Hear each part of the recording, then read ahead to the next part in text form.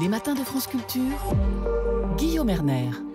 À l'approche des municipales, le clientélisme touche encore certaines villes françaises et notamment Bobigny, selon Ève Cheptel. Bonjour, vous êtes journaliste Bonjour. à l'AFP, ancienne correspondante à Bobigny, et vous publiez un ouvrage tout à fait stupéfiant, Le maire et les barbares aux éditions Albin Michel, où vous dénoncez les alliances nouées entre les élus UDI en place dans la ville de Seine-Saint-Denis et certains membres du gang des barbares responsables de la mort d'Ilan Halimi en 2006. De quoi s'agit-il, Ève Cheptel ? Alors, une alliance entre effectivement le pouvoir et des proches du gang des barbares.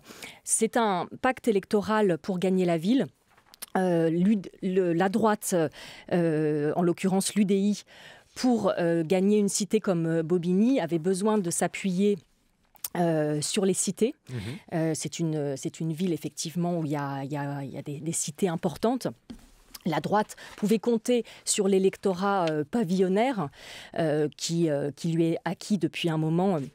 Jamel Debbouze disait un électeur de droite, c'est un électeur communiste qui a été cambriolé 3 fois. Donc, mais en revanche, l'électorat des cités était plutôt acquis, on va dire, à la gauche ou à l'abstention. Bobigny est une ville qui se gagne à 5000 voix. Il y a 50 000 habitants. Donc il fallait tenter de dérober... Il fallait pénétrer les cités. La réserve parlementaire de Jean-Christophe Lagarde, qu'il a utilisé largement, plus de 400 000 euros, a été un des moyens de cette alliance.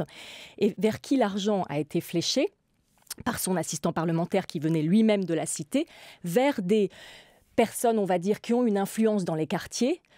C'est-à-dire des caïds, des personnes qui ont en général un casier et qui ont joué le rôle d'agents électoraux, dont le rôle était donc de retourner les quartiers, de ramener des voix, et qui ont été récompensés, c'est ça le clientélisme, par des postes très importants en mairie, d'agents municipaux.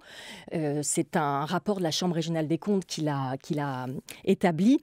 On a là plus d'une quinzaine de cas d'embauche irrégulière à des niveaux de rémunération très élevés pour des gens qui avaient un brevet d'artisan boucher, d'animateur jeunesse, qui n'avaient pas les qualifications et qui certains avaient même des casiers dont les mentions étaient judiciaires incompatibles avec l'exercice d'une fonction publique. Alors ça, c'est du clientélisme classique, si j'ose dire. Ève Cheptel, comment... Classique, mais enfin très organisé, très, très sophistiqué. Et alors sur quoi débouche-t-il ? Quel est ce système que vous décrivez dans votre ouvrage Le maire et les barbares, publié aux éditions Alors Albin il se Michel. trouve, pourquoi les barbares, c'est que une partie de certains proches du gang des barbares faisaient partie de l'équipe qui a pris le pouvoir.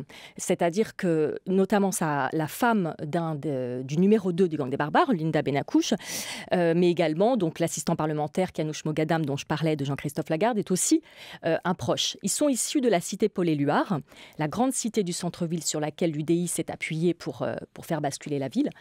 Et ils ont, effectivement, ils ont joué un rôle important dans cette campagne. Et la présence de Linda Benakouche au centre de l'affiche de campagne n'est pas contingente. Voilà. Alors, n'est pas contingente, parce qu'on peut être la compagne du numéro 2 du gang des barbares et, je ne sais pas, ne pas partager toutes ses convictions. Bref, qu'est-ce que ça prouve ? Quel est, en fait, le rôle de cette femme, selon vous, dans ce système, ce que vous décrivez dans Le maire et les barbares, Ève Cheptel ? Alors, le rôle de cette affaire Ilan Halimi, il est de deux sortes. D'abord, effectivement, elle a une place centrale et elle est toujours en place. C'est-à-dire qu'aujourd'hui, 6 ans après les faits, elle a été maintenue en poste envers et contre tout parce que la préfecture, ayant noté que son contrat était irrégulier, a saisi le tribunal administratif. Voilà. Et alors son rôle, en fait, d'après les témoignages que j'ai pu recueillir, finalement, c'est de protéger l'équipe UDI qui était persona non grata dans les cités. C'est-à-dire que les voyous, il vaut mieux les avoir de notre côté. Et l'affaire Halimi qui plane sur cette ville... Il faut rappeler l'affaire Halimi et le lien de ce gang des barbares. Voilà, c'est l'assassinat, c'est l'enlèvement contre de l'argent d'un jeune vendeur juif de téléphone, avec ce fantasme à l'époque largement véhiculé par Dieudonné, que les juifs ont de l'argent, qui va être séquestré pendant 3 semaines à Bagneux et qui va être ensuite assassiné. Et il y a une équipe, les personnes qui étaient chargées de l'enlèvement d'Ilan Halimi venaient de Bobigny, de la cité Paul-Éluard. Et je montre d'ailleurs, j'ai rouvert le dossier Halimi, que certains complices qui n'ont jamais été poursuivis, eh bien, sont toujours là. Jamais poursuivis. Effectivement, parce que Sambou ne les a jamais dénoncés. Jean-Christophe Sambou, donc celui qui a enlevé Ilan Halimi, qui a été condamné à 18 ans de prison, ne les a jamais dénoncés. Et j'ai retrouvé un certain nombre d'entre eux dans les allées du pouvoir. Voilà. Et le deuxième rôle de l'affaire Halimi, juste pour finir, c'est qu'en fait, ça a été aussi un instrument... La peur, en fait, c'est ce que j'ai découvert. La peur a été un instrument de la conquête du pouvoir. C'est-à-dire que la peur, c'est très efficace pour gagner une vie. La peur, c'est-à-dire ? La peur, c'est-à-dire cette histoire qui plane. Moi, quand j'ai voulu commencer à enquêter, on m'a dit « Mais tu vas finir comme Ilan Halimi, laisse tomber, n'y va pas ». Les gens, les électeurs, c'était un puissant frein à ne pas voter ou à aller voter. Vous voyez ce que je veux dire ?